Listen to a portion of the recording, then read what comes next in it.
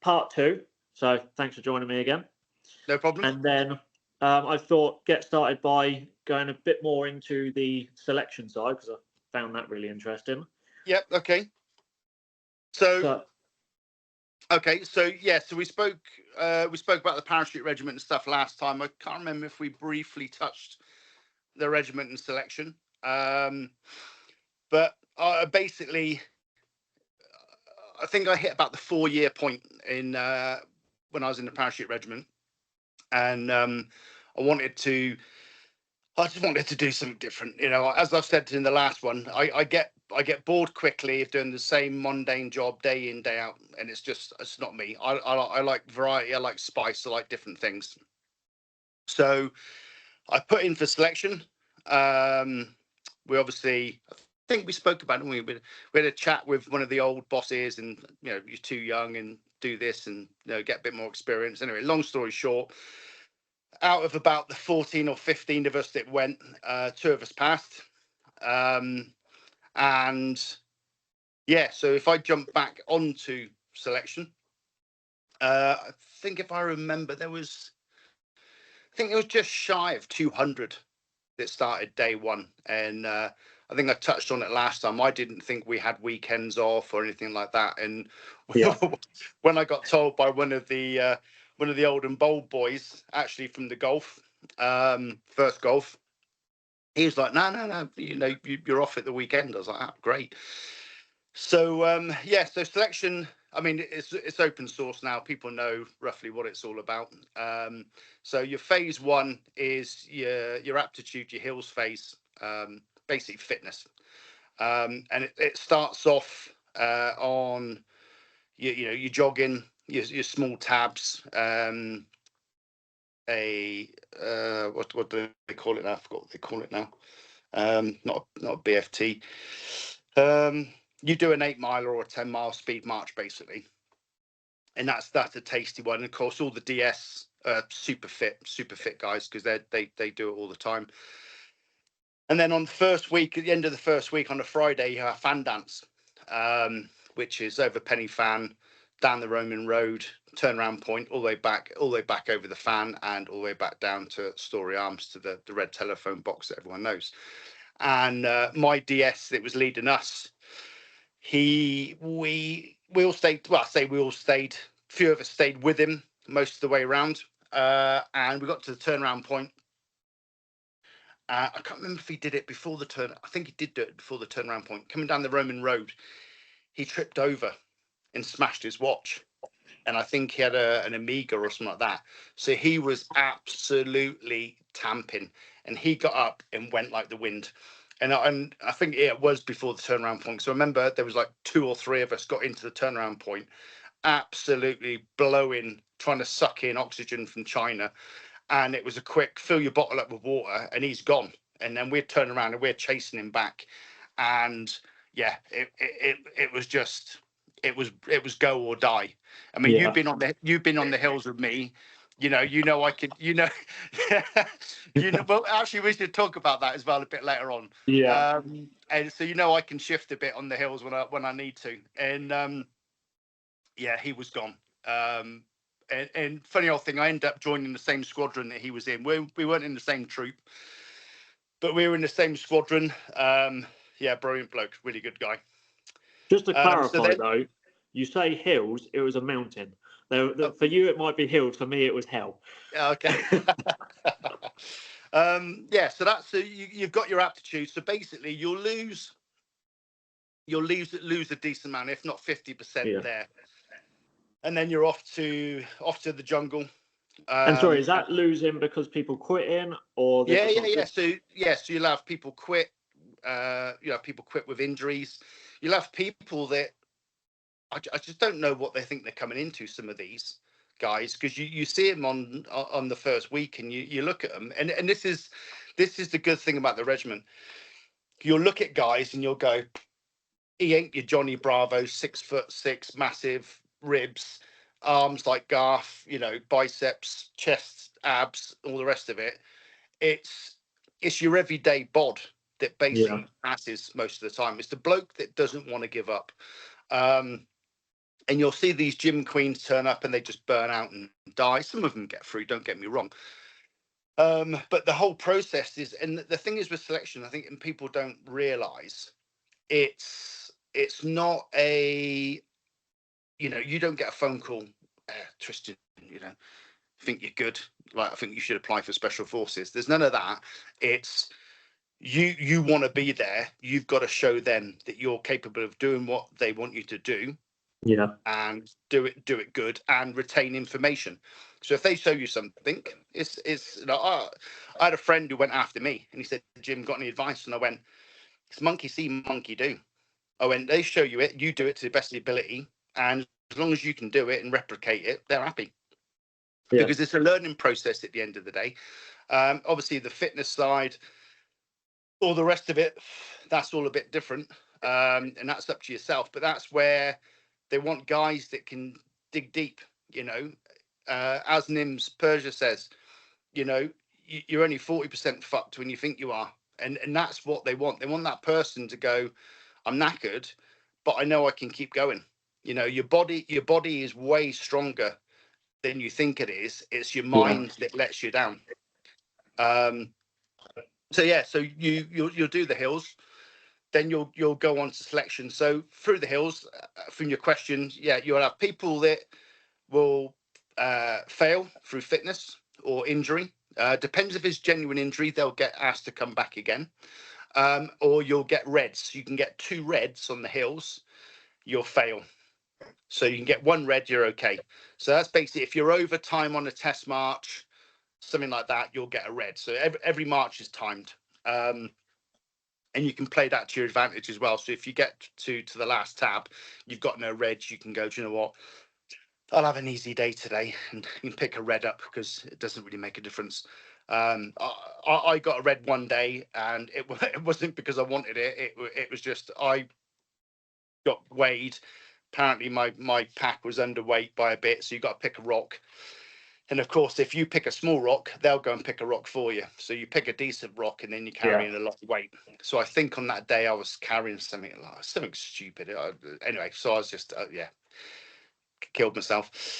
So then you do the hills, and then you go off to the trees. Now, some guys in their parent units, the units they've come from, they might have been to the jungle, done a jungle trip before.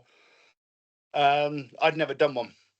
So for me, it was a learning curve, a fast learning curve, but also a super experience. I've like I said, I've never been before. I love being outside and love being in forests. There's just something magical about them. And the trees is even better. I say the trees, the jungle. It's even better. It's like it's a special place.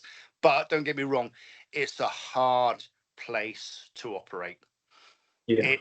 It's simple soldering done good, and your admin's got to be on the ball. So basically, you're soaking wet all day long, and when you go in on selection, we're in there for a month. We're doing training before we actually go in, but then we fly in and we spend a whole month in the trees. And you've got 2 sets of kit. You've got a wet kit and a dry kit, and that's it. So you've got 2 pairs of socks, two jungle shirts, 2 jungle trousers, and 2 pairs of cycling shorts. That's you for 4 weeks. So you can imagine by the end of it what your kit smells like and what you smell like. You do get a chance to go down to the river and have a wash, grabbing the sand from the bottom and exfoliating with the sand, scrubbing yourself all over. But eventually your kit, just even when you get a chance to go and wash it, jump in the river and give it a scrub and a scrub off and stuff, it stinks. It's just proper hums. Yeah. So the trees, it's broken down into, obviously, like everything, it'll start off with the basics, and then it will build its way up to a big final attack, a recce team, all that sort of stuff. And in between, you're learning patrolling, you're doing different firing lanes, and all the good fun stuff that you want to do. And through that, again, the same as the hills, the only time people will get pulled off by the DS is for safety on a range. So if they're not up to speed, safety catches, running around with safety catches off, or they're just not aware of their surroundings, because you've got to think it's very close in there. You know, you can turn and someone's behind the tree and you can't see them. You go to fire and then they run into your arc. So you've got to be 100% focused on what's around you and who's doing what and who's going where. So yeah, guys will get pulled off for safety. Then you'll have injuries. And then again, going back, you'll have guys that are just like, do you know what? I didn't think it was going to be anything like this. You know, it's horrendous. I'm leaving. I remember on ours, there was a guy. So you'll fly in with all your kit, and it weighs an absolute ton. So your Bergen is like a house on your back, and I mean a house on your back. And he got off the helicopter. I think he did about 20, 30 yards in the jungle, dropped his kit and went, I ain't doing this. I'm VWing staff, and just give up there and then. Didn't even get to build. Yeah, didn't even get to build his basher.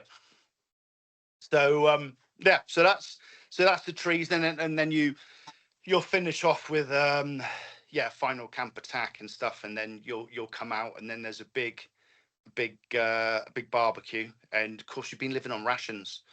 You know, you're on army rations for 4 weeks. You'll get a fresh day where they'll bring some steaks in and some potatoes and stuff like that, and then you'll make like a little fry thing with whatever food you got. You get supplemented with tins of tuna throughout the week with your rations as well. But everyone comes out super skinny. I just ate everything I could.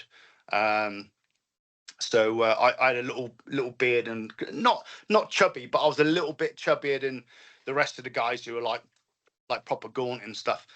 And then you come out and you have this barbecue like you've never seen before. And I'm talking lobsters, shrimp, crab, you name it, it's all there.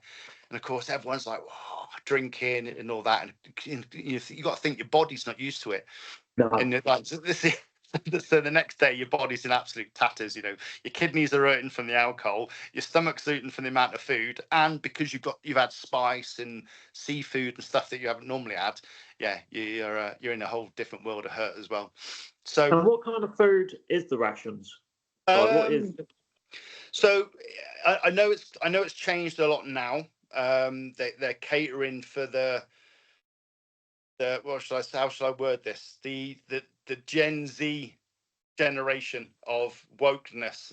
That's basically what it is. You know, vegetarian meals, halal meals, all this sort of stuff. At the end of the day, you're in a battlefield. If you want to eat, you're going to eat. You know, that's the way I see it. Obviously, we're not always in a battlefield, but so going back, so you'll get a 24-hour ration pack. You'll get a breakfast meal. My favorite was sausage and beans. So you'll get sausage and beans. Bacon and beans is hideous. It's like bits of streaky lard in with beans, and it just tastes. Can't describe how it tastes. Just minging. So, then you have a hash brown one. That's quite nice. And then what else was there? I can't remember what else there was.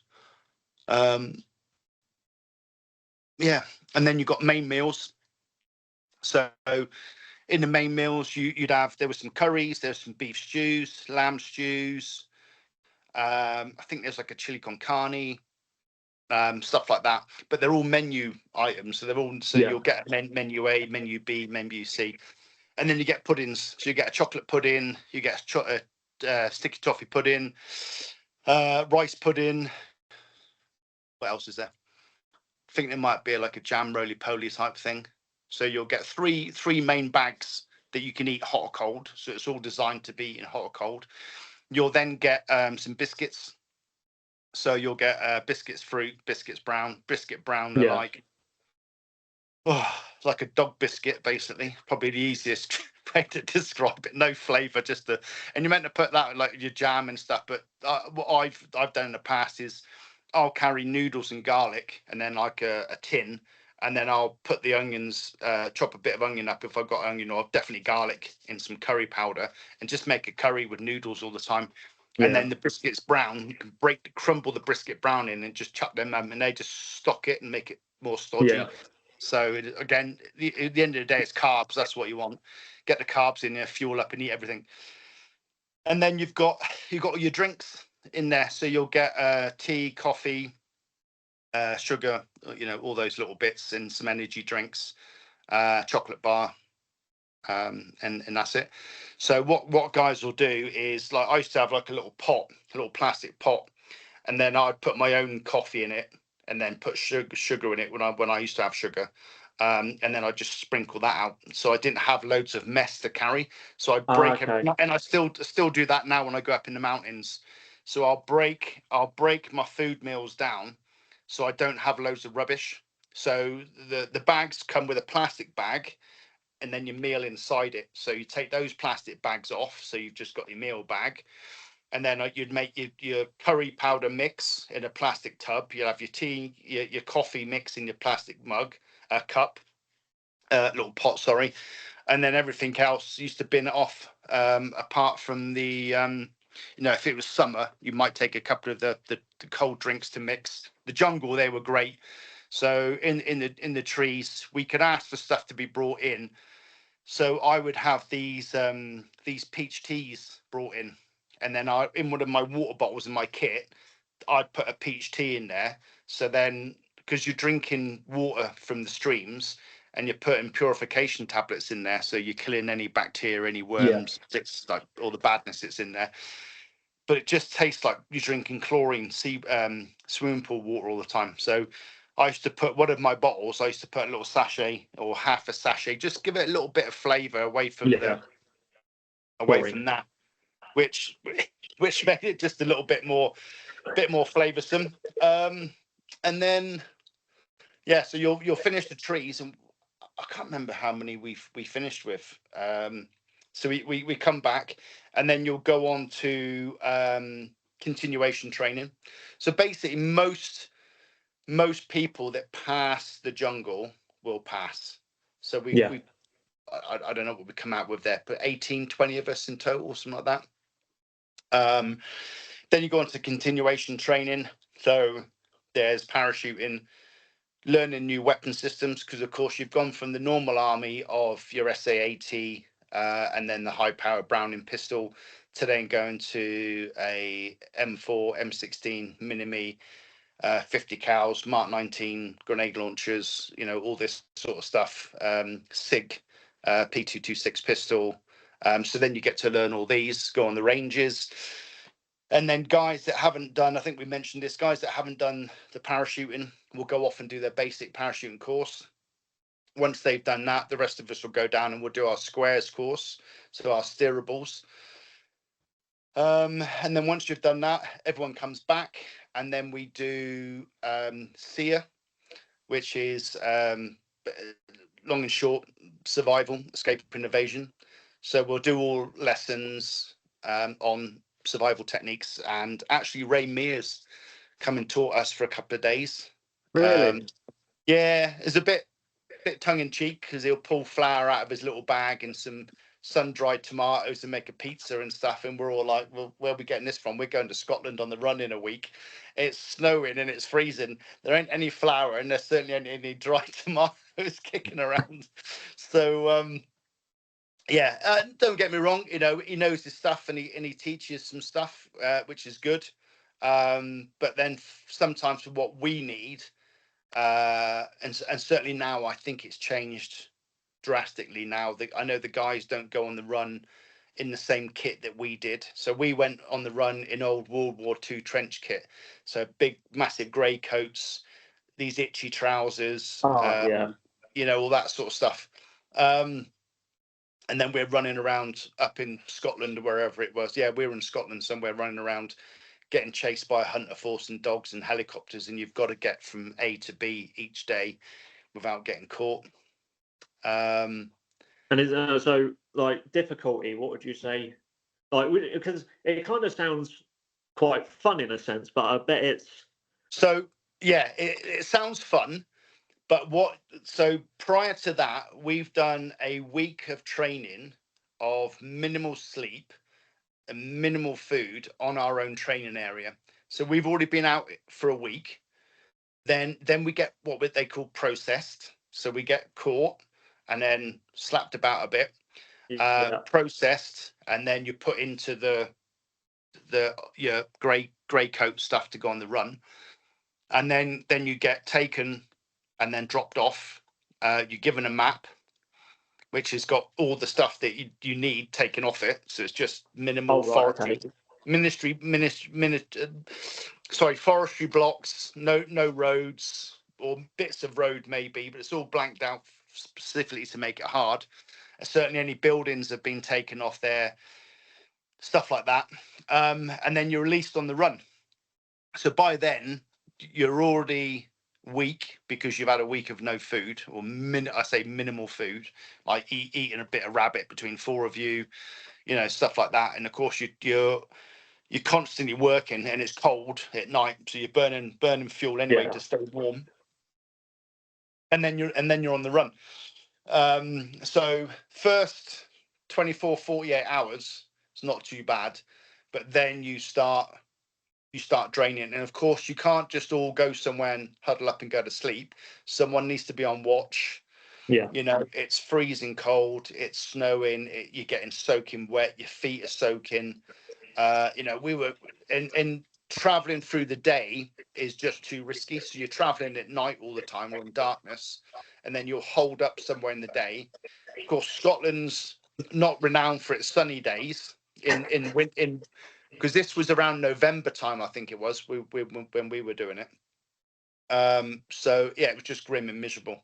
So in the day you're trying to sleep and you just led there shivering, because yes, you could get a fire going, but is it going to be big enough to keep you warm? No, because you don't want to be seen. You don't want any smoke. Certainly you no fires at night, but at night we're just moving because you don't want to get caught by the hunter force because you'll get put in the pen. And then and you got to make it A to B to meet an agent, and then they might be kind and give you a slice of bread with a bit of cheese. And then you get to the end and you go in the bag anyway. So you get caught and then you get processed, and then you go into your interrogation phase for, I can't remember how long it is now, 24, 48 hours. I can't remember how long it is, but the regiment's got like a dispensation that they can do it for longer with us because obviously of what we're going to be doing. So that's an interesting time.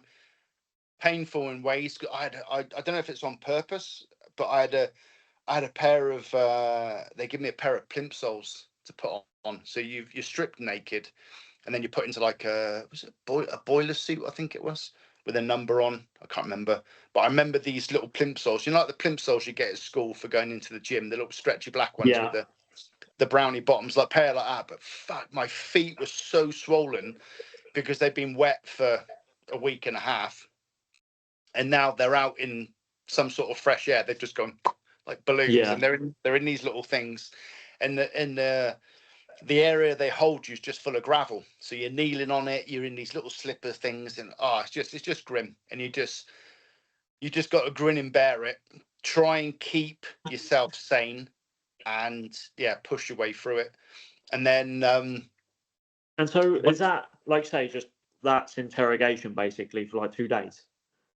I'm guessing. And is it like, obviously you'd probably see in the movies where you kind of have your good cop, your bad cop, or is it just hell? Yeah, basically? No. So you'll get different people. I won't go too much into it, but there's you've got your good cop and your bad cop. You've got you might have a female. You might have 3 guys in there, all nicey. Yeah, so there's different that they're trying to spin your mind. They're trying to catch you out. Yeah. They're trying to lure you down a path, and you think you've been sleep deprived for over a week. You're absolutely starving. Your things are hurting because they're swollen or you've had an injury and stuff like that, and they're pushing all your buttons to try and make you break. And just one last question on that. Do you get told, I know, for instance, a bit of information before going for that thing? So are they actually trying to get a specific thing out of you, or is it No, they're just, to be fair, I can't remember, but I think they're just trying to get your basics. So everyone, just a break.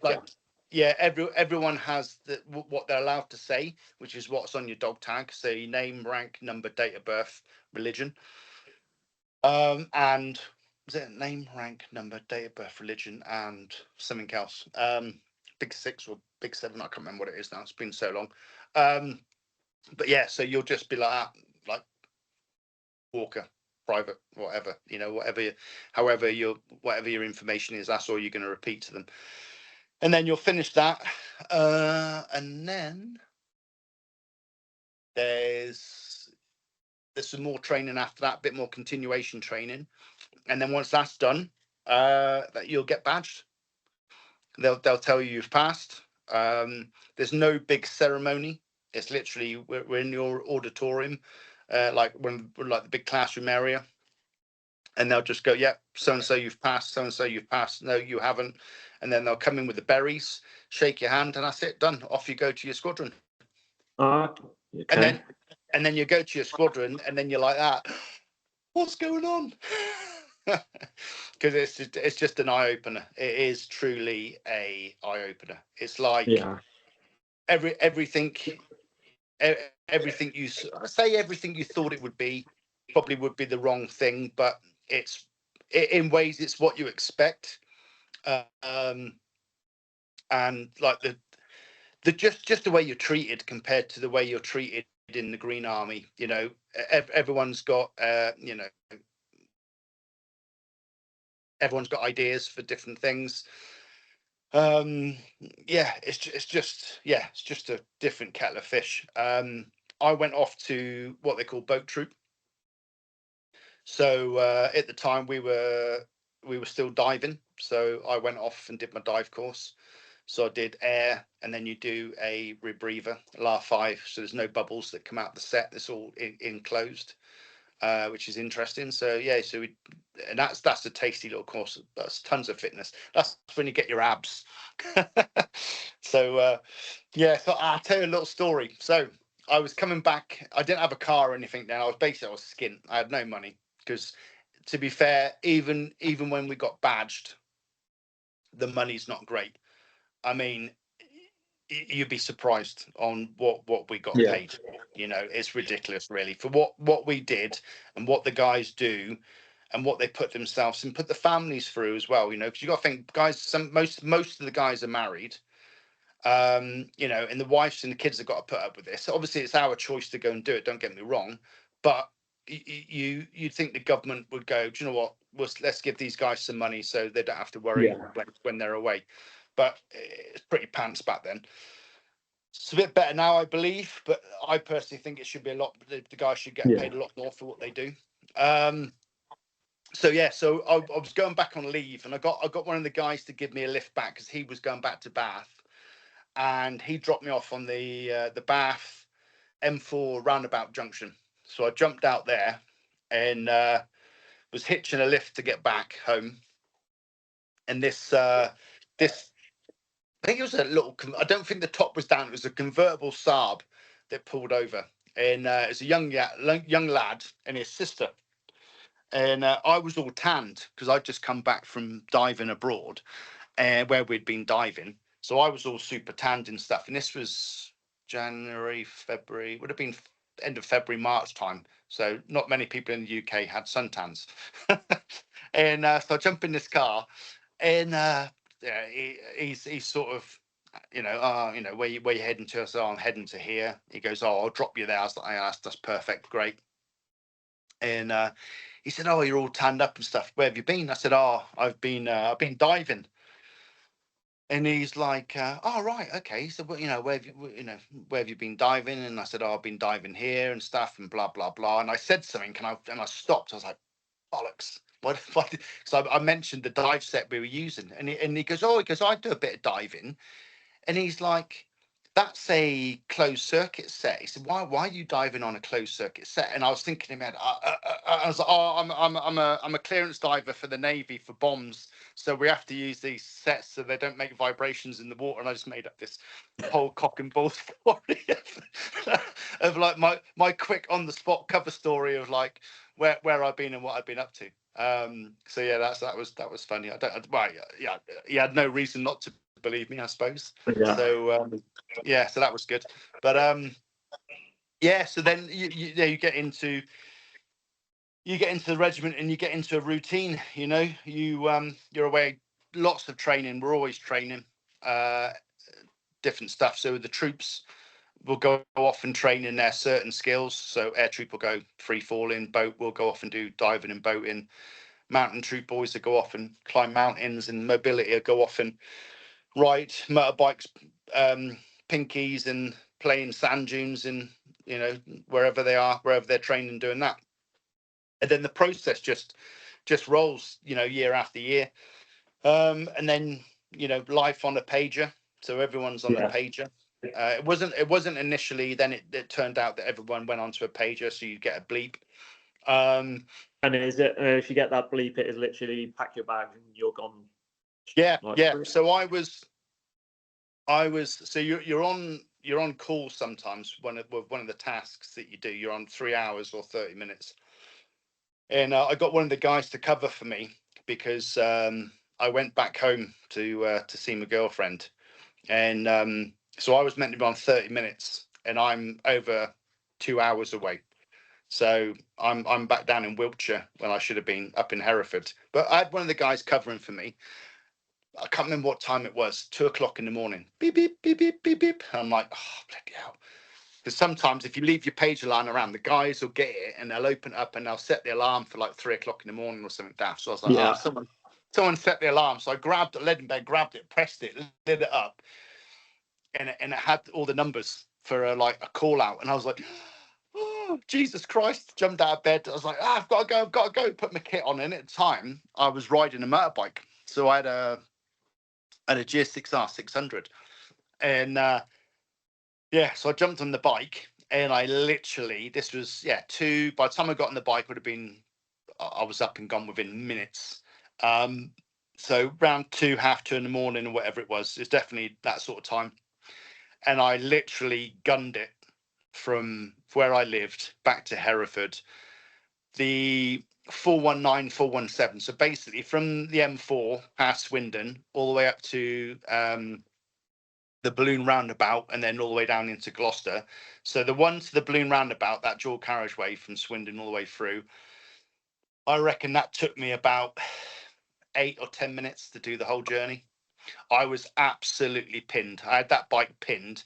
Every stretch of road that was straight, that bike was flat out. That was balls to the wind. So I was doing like 160, 170 mile an hour. Whoops. Straight up there to get, and we get told as well, we get no dispensation. So if we get stopped speeding, they don't go, oh yeah, you know, off you go, guys. You know, we potentially will get done for it. I know, guy, I've touched wood. I've been okay in the times. I'll jump back. I'll divert there. Let's go back. So anyway, so I got in the camp, literally straight in the hangar, briefed. I went off in my levers in the van to where we were going for this job. And then had to get changed when I got there. But jumping back, so a couple of times on my bike, I got stopped by the police, and my bike was registered in my driving license was all registered in Hereford and stuff. So when you get stopped somewhere where you're nowhere near it, they're like, oh, Hereford, what are you doing down here? I'm like, oh, I'm in the military. And they go, oh, military? Okay. Do you have ID? Show them. And then you go, blah, blah, blah. And they're like, oh, okay. So so twice I've been let off on a bike. Yeah, one was speeding, and I was doing way over 100 mile an hour, way over 100.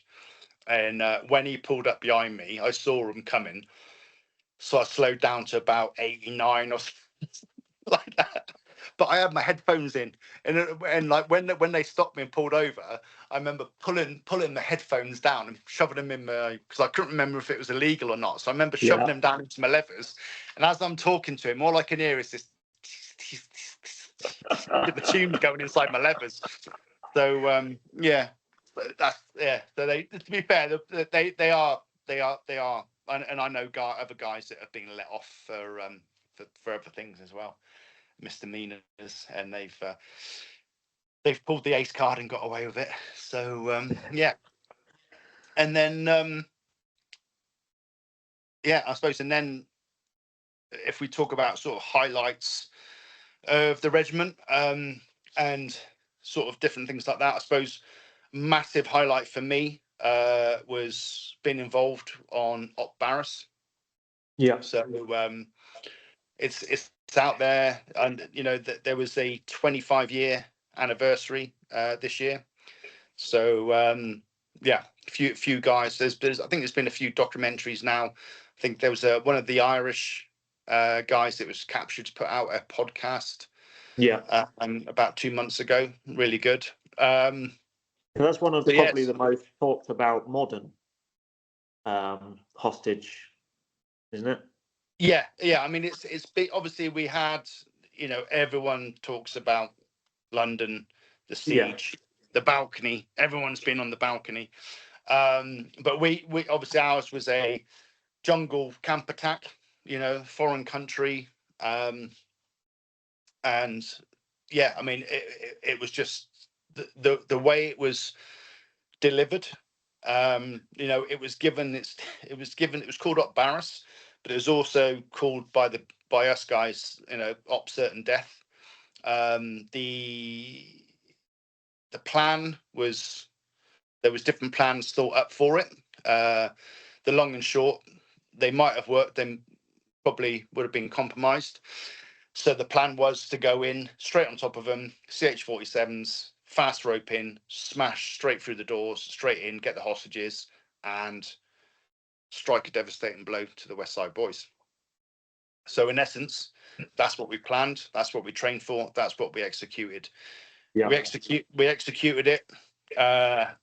It was, I mean, I remember sitting on the heli going in, and we had to go and hold out at sea because of the noise of the what a Chinook sounds like.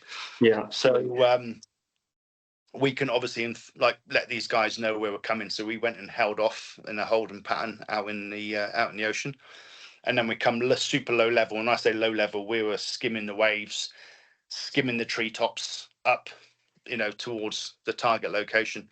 And then the loadie stands up and he's like, 5 minutes, 3 minutes, and then everyone gets stood by the ropes, checking the kit. Guys are looking at each other, giving everyone a bump. Let's go and do this sort of thing. And then it's like 30 seconds. The load is up, 30 seconds out, and then the helicopter's proper banking around, and then all of a sudden it just goes whoomph, and you can hear the blades going thump, thump, thump, thump, where they're proper trying to stop it falling out of the sky. And then we took all the windows out so we could shoot out the windows. Okay. I remember briefly looking out the window, and it was like Star Wars. There was different coloured tracers from the West Side Boys flying all over the place. You've got the side gunners in the CH-47s and the Lynxes on the Gatling miniguns going bob, bob, and they're just spraying all over the place. And then next thing you know, woof, we're out the back down the rope. So I think I was third man on my stick off the rope, straight down, straight into Alpha 1. I was fortunate to be on Alpha 1. We went in, the first guys breached, went through, did our drills in the house. Guys went straight in with the hostages. I was in the room just past the hostages. Guys got the hostages out. Heli was called back in, picked them up, and then basically we did a clearance to make sure there was nothing else there. We got on, we cleared all the target areas. Unfortunately, while we were clearing, Brad was shot. So me, Brad, and two other guys were working as a team, moving through the back buildings. So yeah, Brad was shot next to me. Devastated. But we got him back. We pulled him back round. The heli come back in, and a couple of the guys worked on him, got him in the heli, and got him straight out there. He was gone within minutes, and I'm talking minutes. Yeah, I mean, firefight's still going on, and that heli come in and boom, put himself right on the floor. He landed it in amongst the buildings. I mean, phenomenal skills. You got to think it's carnage. There's bullets flying all over the place, and this guy brought the heli in. They got Brad on, and off they went. We carried on, did all our bits. Obviously achieved the objective. Got the got all the hostages out. We actually found some more hostages there that weren't known about. I think they were Nigerians or something. We found them in a building, so we got them out. And then we packed everything up, blew all the buildings. So I was left with a couple of other guys. We set a load of charges. We put all the weapons that we could find into this one building and blew the building up with all the weapons so they couldn't be used by anyone else. Helicopters come back in, the lifters come back in, picked us up and flew us out. We went back to the camp. We had these massive big water bowsers, the big black rubber ones that they fill with water. And then we had those for the shower units, and we're like, sod that. Everyone was diving in it, like soap suds and like a big massive bath, because you were just stinking, we're just covered in stinkiness. And then we flew from there out onto an RFA ship to then get ready for flying back to the UK. So we got them there, had a couple of beers. Most guys had a couple of beers and then just crashed. Everyone was knackered because, been a busy few days prior leading up. And then, and that was that. And then back to the UK, like nothing had happened, and back to work like normal. And that's the thing with the regiment as well. Some days, 1 minute you're, Friday afternoon, you could be off, you could be at home cutting the grass. And then Saturday, you're in a foreign country, running around doing whatever you need to do. And then Monday, you're back again. And it's like, this is awesome. This is what I want to do. I don't want this boring 9 till 5. So then I spent a fair few years after that with the regiment doing all sorts of bits, getting all up, going off all over the world, basically training, doing operations. And then I can't remember what really triggered it, but I was just like, I wasn't in the right place with it at the point. I was disillusioned by a couple of bits that had happened. I was pissed off with it, and I decided, I'm gonna go and leave, and I'm gonna go and do something else. Look back now, was it the right decision? Probably not for me, but I'm always one that if I make a decision, I'll run with it, and then I'll make the best out of what I've decided to. And I just don't give up. I'll work, and I'll do whatever I need to do. So I left. I got out. And then I went on the circuit. So I left Iraq, and then a week later, I'm back there as a civilian. First couple of years, I was working alongside an American, some British guys, but American company. I was doing like a operations manager's type role. But again, it's boring. I was like, it's good money, but and a couple of friends were with one of the big American media teams down in Baghdad.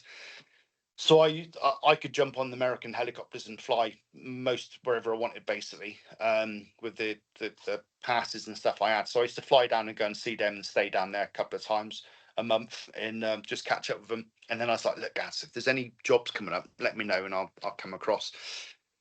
So eventually a job come up, and then I went and jumped on with the media team. And then I spent 5 years there. Okay. 5 years in Baghdad, bloody long time, really. So month on, month off, and but it was good. It was good fun. Again, I diversed and learnt another skill. So you've got camera guys there, use them.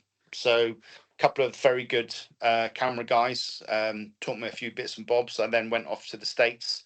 I did a camera course in the States, which was good, really good. Then I come back, and then I was fortunate to go out to Somalia with one of the head correspondents for the news channel. And then we went to Somalia. We spent just under 2 weeks in Somalia, running around back in 2009.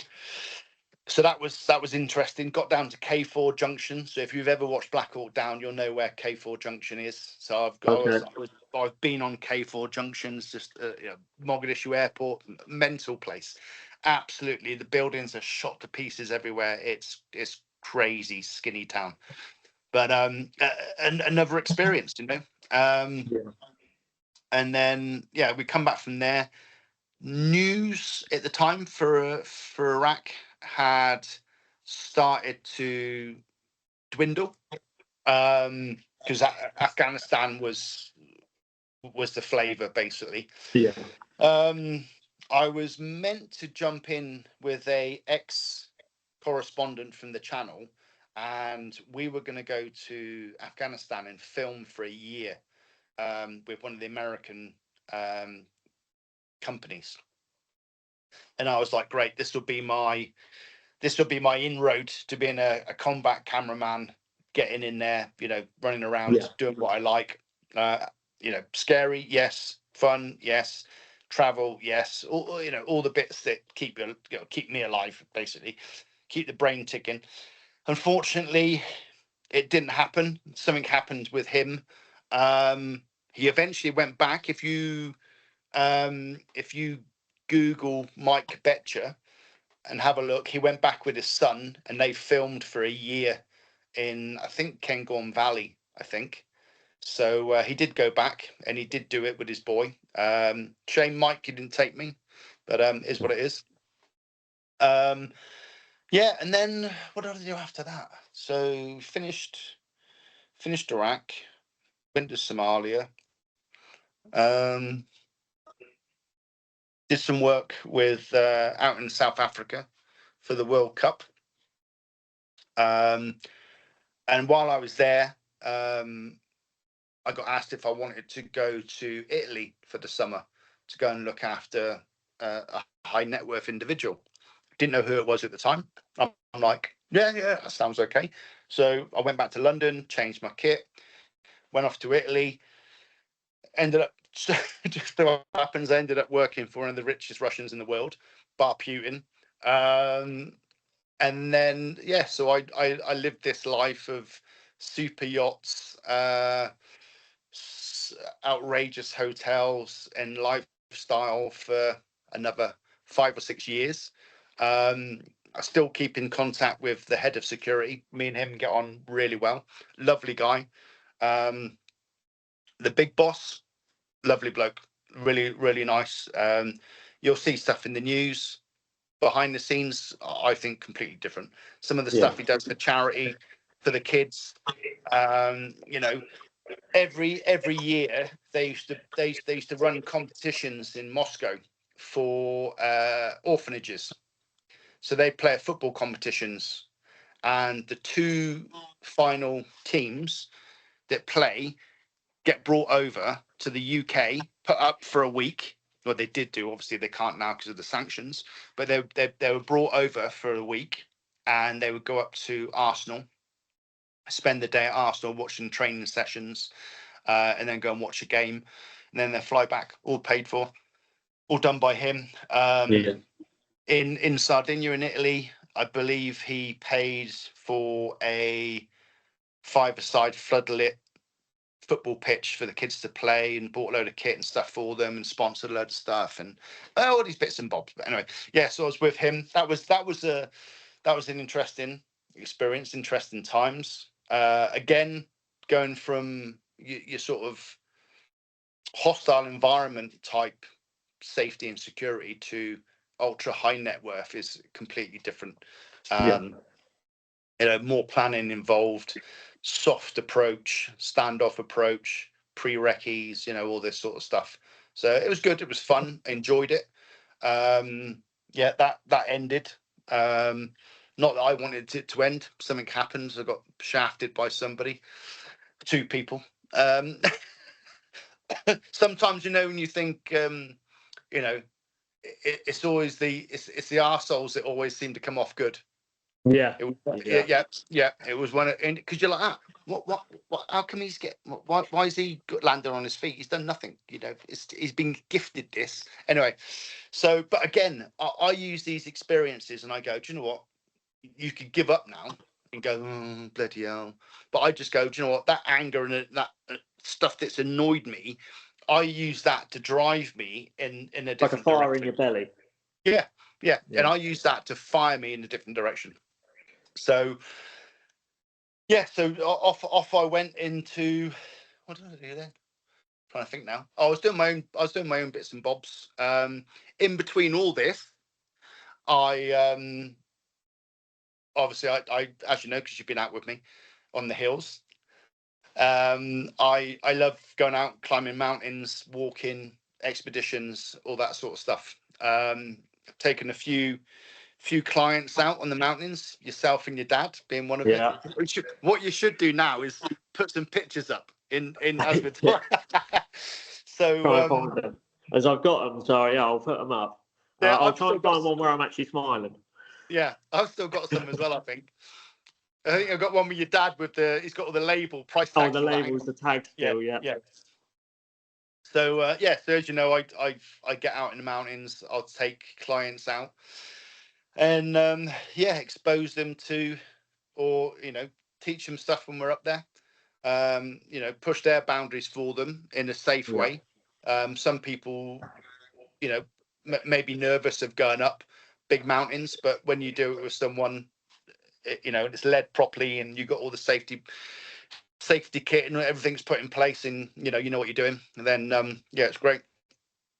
But yeah, and then yeah, just get in the mountain. I mean, I love it. I love it in the mountains. For me, it's like, yeah, you can have your phone on, but for me, it's like a breath of fresh air as well. It's like gorgeous. I mean, that day we went up, you probably won't say it's gorgeous. For me, I'm like, okay, it's a bit drizzly, it's a little bit windy, there's a storm coming, but we knew that. I told you, didn't I? I said there's a storm coming, we need to be up and we need to be off by, Yeah. I can't remember what it was. Oh, now, that three. was the first one, wasn't it? Where it was like snowy, and was that the one where you saw that woman just in basically trousers and some trainers, and then she was being carried back down the mountain, or like led back down the mountain, wasn't she? Was that the one? Because you said to me, which way do you want to go, left or right? And I chose left, and it was just hell. Yes, Scarfell Pike. Yeah. Yeah. And it was like I just took the longest route. It just looked smoother, but then I think we were huddled behind a wall at one point, weren't we? To get out of the blizzard. It was like the snow was just coming in, or the rain. Yeah. That was the one where, if you remember, I was like, right, we've got set time. We need to get up here by this time. Yeah. If we don't get past this point, then that's our cut off, because we're going to be hit. We'll get stuck with the weather. And I think we got up to, I can't remember what it's called now. There's a plateau before you drop down and quickly spike up to the top of Scarfell. Yeah. We got to the plateau, That's and nice. it was complete whiteout snow, blowing a bloody right hoolie. And that sort of made the call, like, right, we'll go back. And then we got back to the junction. It's back down the way we come, or you go left, you go around the trig, and you wanted to go left. And I chose left. Yeah. And then what do we do after that one? We did Scotland next, wasn't it? We did Snowdon last, I think. Yes, I think so, because the Scotland one's the one I didn't talk for the first 2.5 hours. I was just miserable. and then when we got to the top, midnight, when you got to the top, you both fell asleep in the safety hut, and I had to wake you up to say, "Come on, we got to go."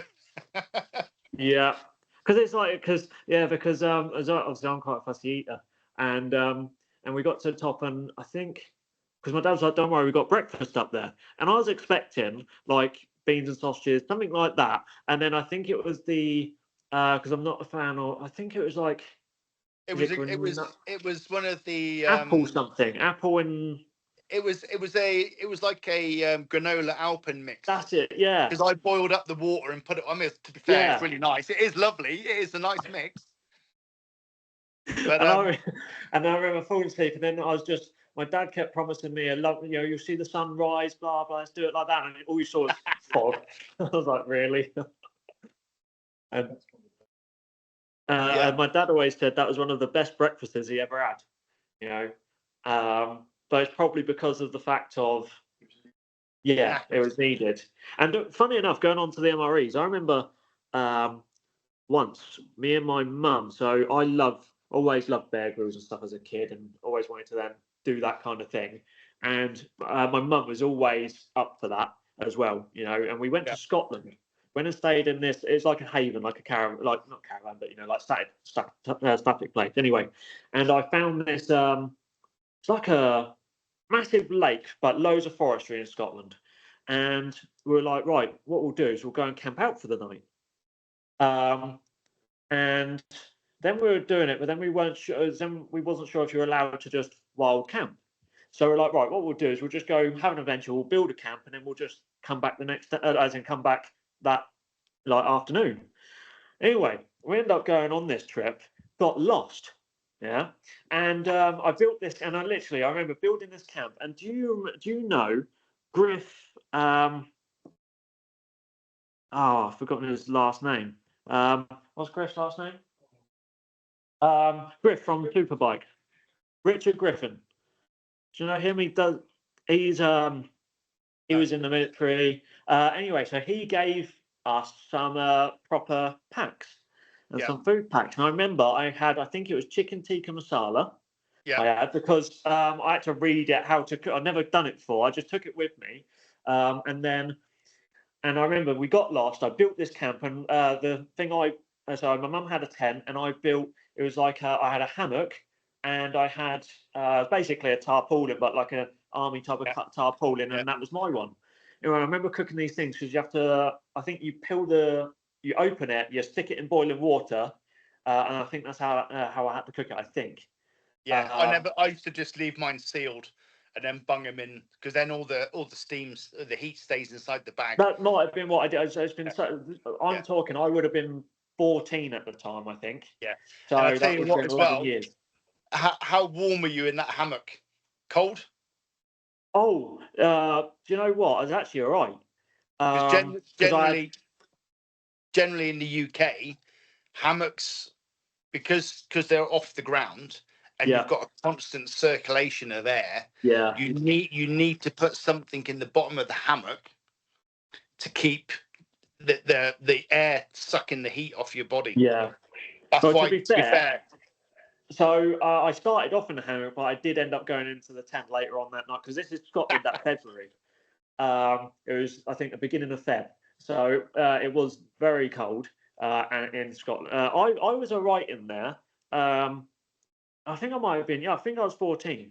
Anyway, and I remember that meal, and that was one of the nicest chicken tikka masalas. So I don't know if it's because I just needed it, or what, but it was just phenomenal. Really good they were. I'll take you back. So when we're on the run, on selection, everyone's talking. When we get back, once we get out the bag, interrogation's finished, and we get back to the block, we're all going to go out for some beer. But what does everyone want? Everyone wants something in their mind. They're like, I want banoffee pie, I want a curry, I want this. Yeah. For me, I wanted the biggest bar of fruit and nut and a fresh pressed coffee. That's all I wanted. Really? So when we got back, and one of the guys that I was with, he wanted a banoffee pie. So we got back, we got changed, went straight into town. We went down the shop, bought what we got. We got to come back. We're in the block, drinking coffee, banoffee pie, chocolate, getting ready to go out for a few beers. And then it was like end of kebabs at the end of the night. Yeah. Best way to finish a night. Exactly. Yeah. So it was good. But no, adventures are good. I think it's a shame more kids don't get out. I mean, my childhood, like when we're in Germany, we were just like we used to go down to Aldi, used to steal the bacon. Not that you should steal. Get bacon, go out, and we had our shelter that we built in one of these bomb holes, and we'd ring the bacon around the sticks and have it cooking, sausages.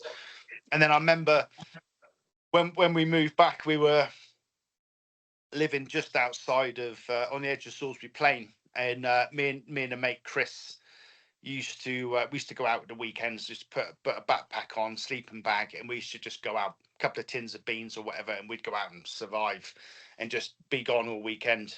And we were down by one of the tank crossings by the river, and we're like, right, we'll catch a fish, and we'll find something. And we were scavenging around, and found someone had dumped a fridge.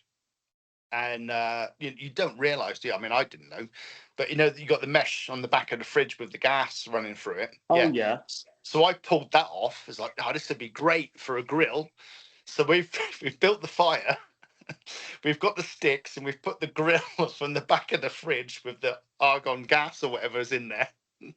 And I think we had some sausages. That's what we had. We had some sausages, and the sausages are on this thing. And it's all going well. It's all going really well at one point, and all of a sudden, there's this noise starts, like this hissing. And I'm like, Chris, what the bloody hell was that? And then all of a sudden, the whole grill just went off like a Catherine wheel. So the gas had obviously decided it had enough inside, got hot, and then and the whole fucking grill shot off like a Catherine wheel, spinning through the air with sausages flying all over the place. Me and Chris diving for cover.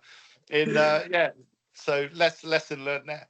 But yeah, we used to go off and like just explore all the time. And like my boy, I try and get my boy out.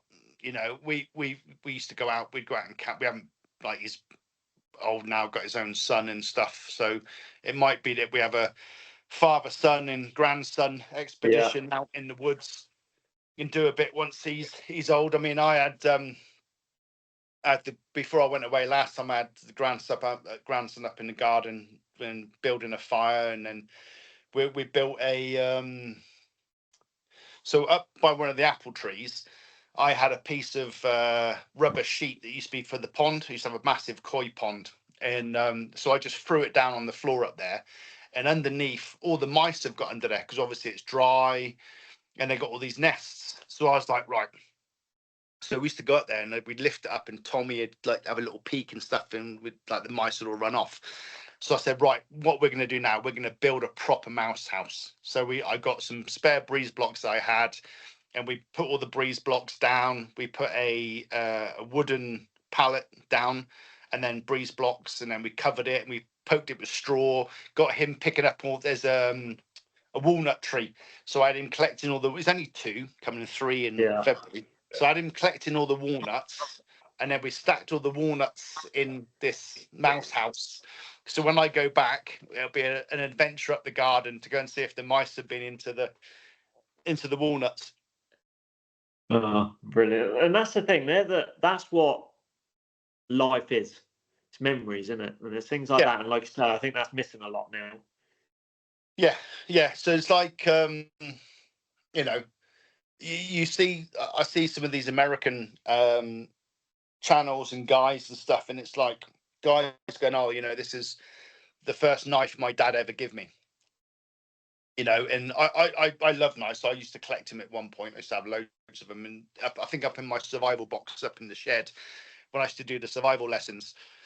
And there's bloody all sorts in there. Shed loads of different knives, because I would talk about knives and what a folding knife, fixed blade, the shape of the blade, barangs, machetes, all that. I'd talk about all uses and non-uses and how you should use it and how not to use it and all that sort of stuff. And so definitely nice to to get the kids out and stuff. And to be fair, it's a shame there isn't more of it, and there's not more free stuff for kids to do. Certainly when I was in I'm actually going back next week, but when I was in Norway before I come out here, they've got they've got these huts scattered all over the place, and at the weekends it's just like everybody just goes out with the family. Like I was up in one of the areas, probably an hour, 2-hour walk from the car park up into like through one of the fjords, like decent hike up, really decent hike up.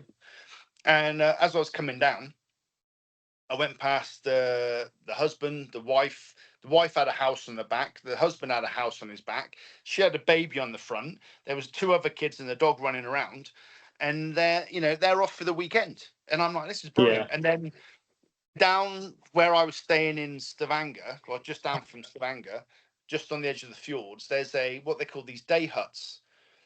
And a friend of mine works out there. He's British and works out there. And I said to him, this hut wouldn't wouldn't look anything like this in the UK. It'd be absolutely ruined. Like you go in Destroyed. there, I'm not joking. Like it looks like like you'd live in it. It's gorgeous. So it's Yeah. pitch roof, full glass end, and the other end glass with a wooden door in it. Wood burner in there. You open the door. There's a little basket to put your shoes in because you don't wear shoes inside. And then there's a bookshelf with all kids' books and books. And then you've got a big bench seat with cushions. And then there's rugs on the floor. And then you go up the ladder, and there's like at the gable end on where the apex is with the glass. There's like a big raised area for the kids to go up, and they can go up there with the books and look out over the fjord and stuff. And I was like, all those books would be burnt because some scumbag would turn up in there and go, "Oh, I've got nothing to have a fire." And then they'd put them in the wood burn and burn them, and the rugs would be stolen. And I'm like, the UK's lost its way with stuff. It's like, yes, we have boffies and stuff out in the wilderness, but some of them, I mean, I've been in a couple of boffies, and we're in one of them one night, and you can hear the rats running around underneath the floorboards. And then one of the guys is like, "Yeah, I had a rat run over my sleeping bag in the middle of the night," and it's like, "Oh, really?" But you know, they are what they are. It's a different. Norway's got a different, just a different Would say approach to culture. it. Yeah, it's culture and Yeah. it's respected. You Yeah. know, the kids are brought up with it from an early age, so they understand it, they respect it, and they pass it on to their kids. You know, I suppose it's similar to, but it's not similar, but it's I think if you're brought up the right way and you're exposed to things at an early age, it's not so much of a surprise and the need to, like, for instance, you know, Italy, France, you know, kids having a glass of wine at their dinner from an early age. Then drinking then isn't a, "Oh, let's all go out and get smashed on White Lightning and cider in the park." "Oh, well, I'll have a drink at home," you know. Yeah. And we seem to, some bits we cover and some bits we don't. And yeah, it's just, anyway, we could rant on about that all day. But anyway, mountains. When are we going to get back out then? Where's Dad? Tell him. Come on, Oh, finger he's out. over What are we there. going to do? What's he I doing? can see him crying right now. They're never doing that again. Why not? I always remember when you said, "Right, get to the hostel." This is what we've done, Ben Nevis. Get to the hostel and carb up, you said. So me and Chester went for kebab, and then very quickly realised when we met you that wasn't what you meant. No, kebab's all right. Carbon up's good. And I don't know if you remember, but this little git, I don't know if you remember this, during Ben Nevis, we started at midnight in the car park at the bottom, and we were on our way up, and I ended up drinking a lot of water, and I'd gone through all mine. You kept lending me giving me some of yours. At one stage, I said to you, "Can you drink from the streams?" And you've got, "No, don't touch that. It could be a dead sheep up there. You'll be ill." And we got all the way up there. Then when we came back, obviously the sun came out, and it turned out when we got back down to the car park that I'd carried all that fucking water that he'd put in my rucksack all the way up and all the way back. And I'd had like 4 separate 1 litre bottles at the bottom of it. And he went, "Oh, that's where I put it." It was in the bottom pocket, wasn't it? Yeah. Yeah. You don't fancy anything else then? Sorry? You don't fancy anything else? But I'll tell you what I'd love to do, actually. I'd actually, like mountains, I don't know. I don't know if I wouldn't say no, I don't think, but I'd be more interested in actually doing like proper going out for a night. Yeah, like building a camp and and stuff like that. That really interests. I love that. Yeah. Okay. Because that's what I used to do, and I used to love it. So I'd definitely be up for doing Can we that. have some Sherpas to carry all of our stuff? So we can... You don't need a lot. You don't need a lot. No, and that's what I would like to do it literally with the basics and just do it properly and actually learn properly. So yeah, we could chat about something like that. Yeah. I think I must be honest. The walking, getting up that, because that one, you remember I said to you, obviously I snapped my my quad tendon, and I don't know if you remember, but coming down was actually worse than coming up because it's going downwards. So though I'd love to climb some more mountains, I think I'd struggle. But doing something where you're camping out, I'd love to do that. So you've got to walk away, obviously. Not the side of the road, but like literally where you then just pull up in a lay-by. Yeah, I think the Forest of Dean's meant to be a good place to go. So there was Okay. so I was when I had the survival school running, there was a guy. I can't remember how I found him, but I went and met him when we were down at Brands Hatch racing. He didn't live too far away, so I drove round to see him, and I took my knife design, and then I had this block of wood that I brought back from the jungle in Belize for years at home, and I was like, this block is going to go. I'm going to have a knife made, and then the first knife is going to have this wood for the handle. So I showed him the wood, and he's like, I've got no idea what that is. He goes, it's heavy, it's strong, and it's a lovely color. He said, so we'll do that. So I give him my knife design, and he was like, I like this. He goes, I've never seen I put something on the knife, and I explained to him why it was there, and he's like, that's really good. He goes, I like that. And at the time, he was making Ray Mears' new knives. Okay. So all the knives that Ray Mears' company sells now, they're probably all gone, were made by this guy. And then I went to contact him. I couldn't get a hold of him. And then went onto his website, nothing, emails, nothing. And then I went away to work, come back, went on his website, and the poor guy had a heart attack and died. Oh, sad. So my piece of wood was still in his knife shed. My drawing for the knife is still in his knife shed and never got made. Oh, But I'm just thinking about all those knives that he had, as in like he had like number 1, number 2 of like knives that had been made by people, and his whole shed in the garden was full of all these different blades and knives. Gorgeous, absolutely gorgeous. Because I'm 50 next year, and I want to go to Japan at some point, because I've always wanted a real samurai sword, and I've refused to buy anything that's a cheap, horrible knockoff copy.